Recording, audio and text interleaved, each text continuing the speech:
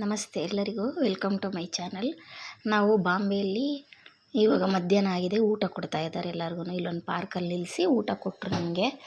ಊಟ ಕೊಟ್ಟ ಮೇಲೆ ನೋಡಿ ಇಲ್ಲೆಲ್ಲ ಸ್ವಲ್ಪ ಇದು ವ್ಯೂ ಪಾಯಿಂಟ್ ಅಂತಿಲ್ಲಿ.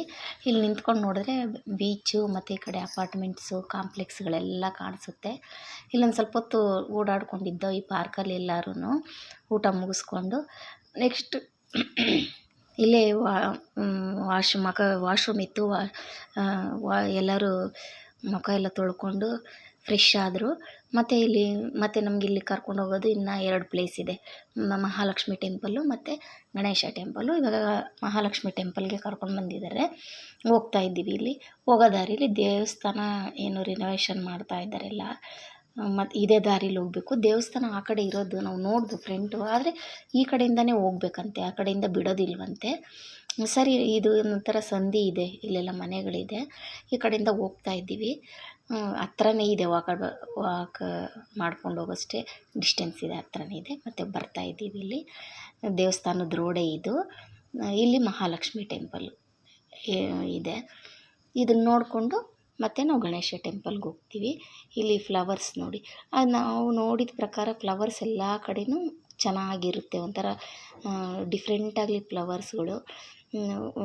ಸ್ಮೆಲ್ಲು ಅಷ್ಟೇ ತುಂಬ ಘಮ ಘಮ ಘಮ ಅಂತ ಇರುತ್ತೆ, ಚೆನ್ನಾಗಿತ್ತು. ಮತ್ತು ಮಹಾಲಕ್ಷ್ಮಿ ಟೆಂಪಲ್ ನೋಡಿಕೊಂಡು ನಾವು ಅಲ್ಲೆಲ್ಲ ವಿಡಿಯೋ ಮಾಡೋಕ್ಕೆ ಬಿಟ್ಟಿಲ್ಲ ನಮಗೆ. ಮಹಾಲಕ್ಷ್ಮಿ ಟೆಂಪಲ್ ನೋಡಿಕೊಂಡು ಗಣೇಶನ ಟೆಂಪಲ್ಗೆ ಕರ್ಕೊಂಡು ಹೋಗ್ತಾ ಇದ್ದಾರೆ ನಮ್ಮನ್ನು. ನೋಡಿರಿ, ಇದು ಗಣೇಶ ಟೆಂಪಲ್ಲು. ಇಲ್ಲೂ ವಿಡಿಯೋ ಮಾಡೋಕ್ಕೆ ಬಿಡೋದಿಲ್ಲ. ಅಲ್ಲಿ ಯಾರೋ ಮಾಡ್ಕೊತಾ ಇದ್ರು ಈಚೆ ಕಡೆಯಿಂದ, ನಾನು ಆಗಲೇ ಸ್ವಲ್ಪ ಮಾಡ್ಕೊಂಡ್ಬಿಟ್ಟೆ. ತುಂಬ ಚೆನ್ನಾಗಿದೆ. ಪುಟ್ಟ ಗಣೇಶ 2 ಇದೆ ಅಲ್ಲಿ. ಚೆನ್ನಾಗಿತ್ತು. ದೇವಸ್ಥಾನ ದೊಡ್ಡದಾಗಿತ್ತು. ಇದು ದೇವಸ್ಥಾನ ಒಳಗಡೆನೇ ಶಾಪಿಂಗ್ ಅಂಗಡಿಗಳಿದೆ. ಇದು ದೇವಸ್ಥಾನ ದೊಡ್ಡದಾಗಿದೆ. ದೇವಸ್ಥಾನದ ಸುತ್ತೂ ಅಂಗಡಿಗಳಿದೆ. ಸ್ವೀಟ್ ಅಂಗಡಿ, ದೇವ್ರ ಸಾಮಾನು, ಪೂಜೆ ಸಾಮಾನು, ಹೂವು ಮತ್ತು ಇದು ಶಾಪಿಂಗ್ ಎಲ್ಲ ಅಂಗಡಿಗಳಿದೆ. ಯಾರ್ಯಾರು ತೊಗೋಬೇಕೋ ತೊಗೊಳ್ತಾ ಇದ್ದರು. ಆದರೆ ಟೈಮ್ ಇರಲಿಲ್ಲ. ದರ್ಶನಕ್ಕೆ ಇನ್ನೂ ಸ್ವಲ್ಪ ಜನ ದರ್ಶನದಿಂದ ಬರಬೇಕಾಗಿತ್ತು ಒಳಗಡೆ ಹೋದವರು.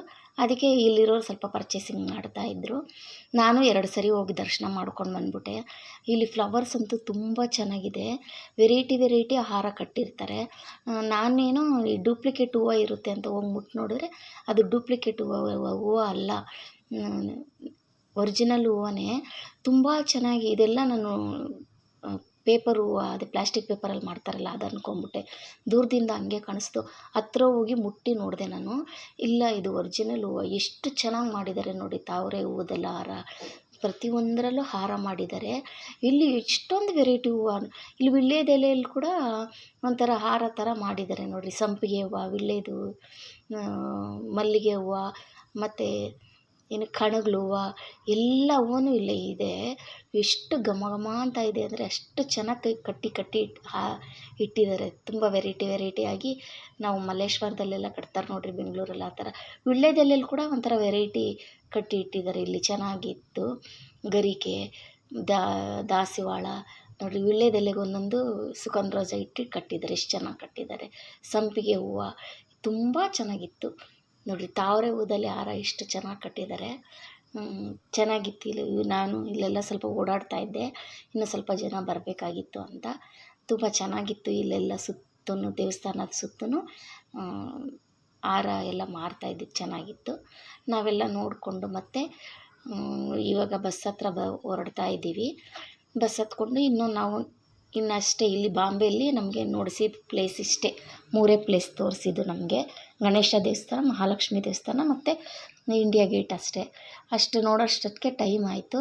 ಮತ್ತು ನಮಗೆ ಪರ್ಚೇಸಿಂಗು ಬಿಡಲಿಲ್ಲ. ಹೋಗ್ತಾ ಇದ್ದೀವಿ. ನೋಡಿರಿ, ಇಷ್ಟು ಚೆನ್ನಾಗಿ ಕಾಣಿಸ್ತಾ ಇದೆ. ಲೈಟಿಂಗ್ಸ್ ಏನು ಚೆನ್ನಾಗಿದೆ. ಸಮುದ್ರದಿಂದ ಆ ಕಡೆ ಎಲ್ಲ ಅಪಾರ್ಟ್ಮೆಂಟ್ಸ್ಗಳು, ಕಾಂಪ್ಲೆಕ್ಸ್ಗಳು. ಇಲ್ಲಿಗೆ ನಮ್ಮ ಬಾಂಬೆ ಟ್ರಿಪ್ ಮುಗೀತು. ನಾಳೆ ಒಂದು ದಿನ ಇದೆ ನಮ್ಮದು. ಇಷ್ಟೊತ್ತು ನನ್ನ ವೀಡಿಯೋ ನೋಡೋದಕ್ಕೆ ಎಲ್ಲರಿಗೂ ಧನ್ಯವಾದಗಳು.